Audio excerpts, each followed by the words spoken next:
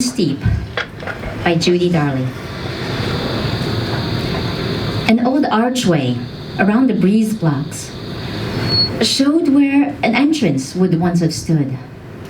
Someone had spray painted a rudimentary door in place over the gritty gray blocks.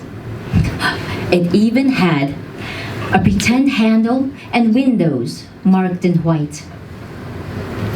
I passed the door on my way to work, and each day, the sight of it lit a smile within me. I felt it was shouting what none of us dared to say.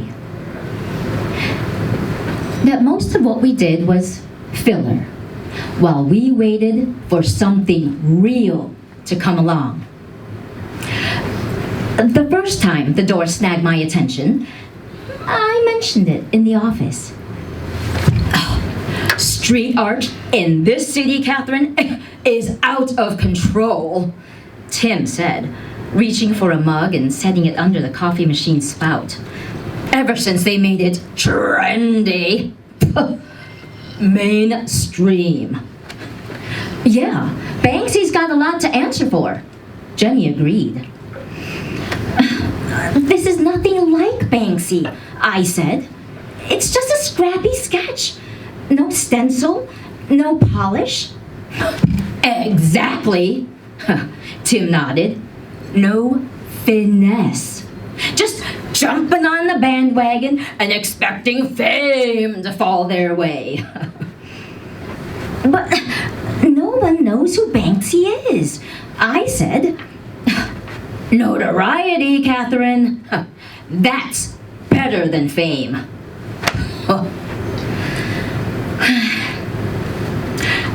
I wanted to explain the magic of this imagined door within a real doorway, but I couldn't find the words. So I stayed quiet and logged onto my computer, pushing the door far from my mind. But the door was already inside me. Each time I pressed against the memory of it, the drawn outline strained like a damp, swollen door struggling to open. Things were changing in this city.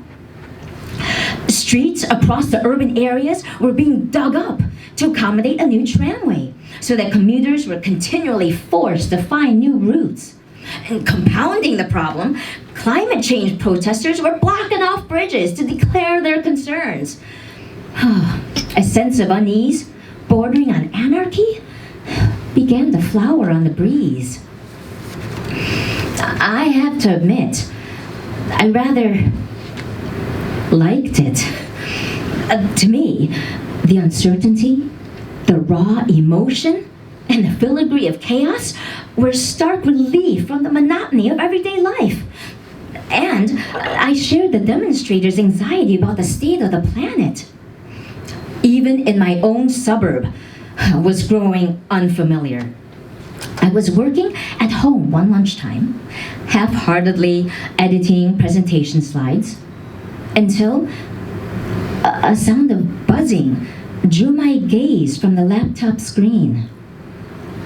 My mind conjured scenes of gigantic bees following their queen to a new hive. But the air outside was empty, despite the sound. Then I spotted a shiver of leaves in the cherry tree opposite, just beyond the confines of a school. A sheared branch clumped down, then another, until the end of the afternoon, the whole tree lay in pieces, dismembered. A neighbor told me the school was so desperate for income to fund equipment and repairs that they'd sold a small exterior plot of land they'd owned. The tree had been felled away to make way for a new tower block. The completed edifice cast a chill shade and presented me with a view of a stranger's unmade bed. Instead of the profusion of leaves and pink blossoms I had grown to love, and rather than watching butterflies and woodland birds, I witnessed the curtains drawing back and eyed the early morning yawn of the room's inhabitant as he ran his fingers through his rumpled hair.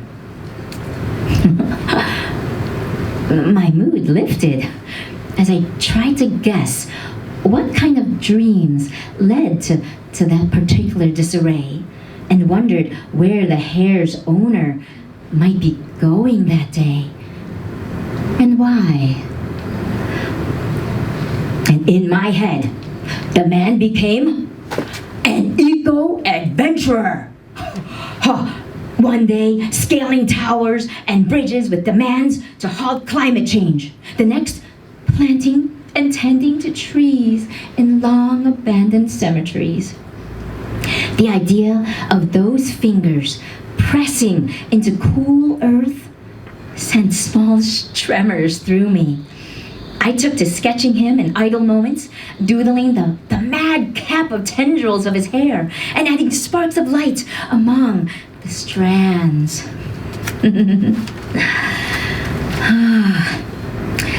When I went foraging in my spare time, scouring brambles for plump blackberries and filling tubs of rose hips and hazelnuts, I imagined him beside me, hands and lips stained pink with juice.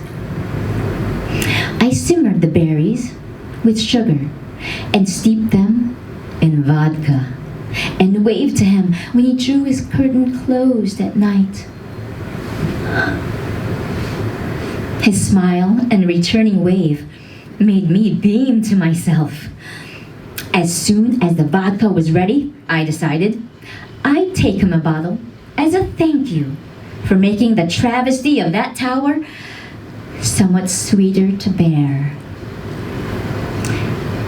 And all that time, the secret door within me jiggled. Each day I walked past the graffiti on my way into the mayhem of downtown, and I found myself smiling inwardly.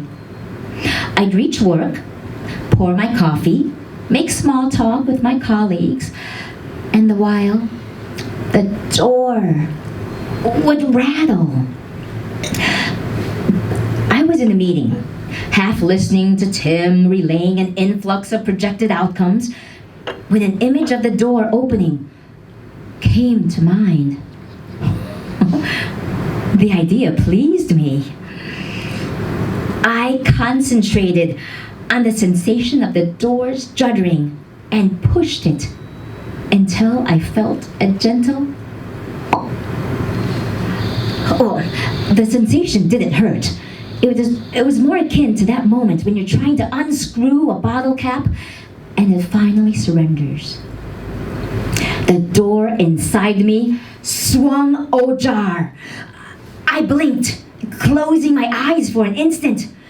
When I reopened them, something had changed. I blinked again. Everything changed. The table we sat at, the laptops and coffee cups were all precisely drawn in ink. Tim and Jenny and the others still sat around me, but now they were artists' impressions of themselves. Each had been subtly enhanced. Tim's eyes were cartoonishly enlarged, spilling over with rainbow possibilities. Jenny's head sported antennae that crackled as she moved. I raised my hands to my shoulder, and I shuddered with joy as my fingers met a quiver of wings. I thought of the man with the tousled hair. The gap between our windowsills could be no more than a leap of faith and a flutter. One of my inward smiles escaped over my face.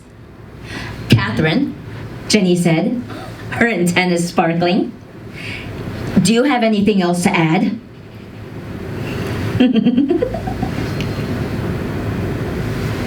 Thank you.